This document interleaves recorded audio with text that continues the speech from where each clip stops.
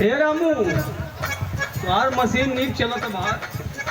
इनमें दूर आए ना लेकिन तैसा ध्यान रहा कि कौन कम बेसी अपने आप हो जाता ढोलक का जौन हो देखा उधर एकदम डाउन हो एक दाई बना ला शुरुआत वाले कलाकार परेशान जरूर का बजला तो काहे बजला वही लालच में हम तुम्हें पूजा करते हमारो कुछ मांगन हो देखा भाई सबकर मांग तो अजबर बा लेकिन ये लड़का के मांग भी गजबा हो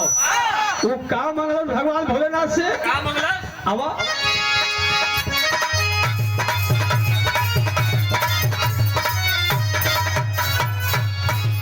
यह मंगल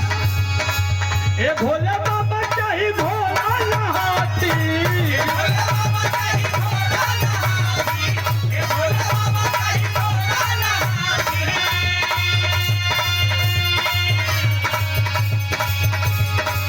ए भोला बाबा चाही भोला नहाती हमरा के चाहिए एगो जीवन साथी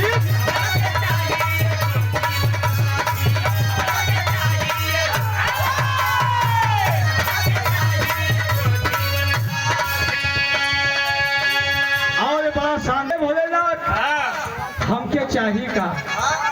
एक थे जीवन साथी एक थे दुल्ही नीमन सागर मिल जाए हमारे पसंद का मिल जाए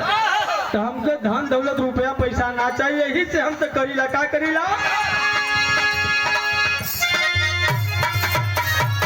जियो बेटा लड़कवा कहलस 5 बेरी 5 कोस कैली भोले जानी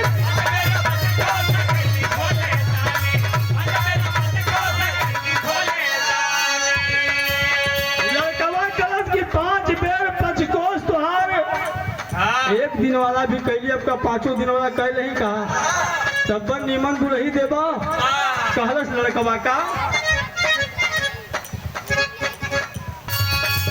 लड़कवा कहलस कि देखा बड़ा बड़ा तुहार ध्यान के लिए अर्चना के लिए वंदना के लिए पूजा के लिए 500 तक कैली वो कै बार कैलस बतावत हो 5 बेरी 5 कोस कैली भोले रानी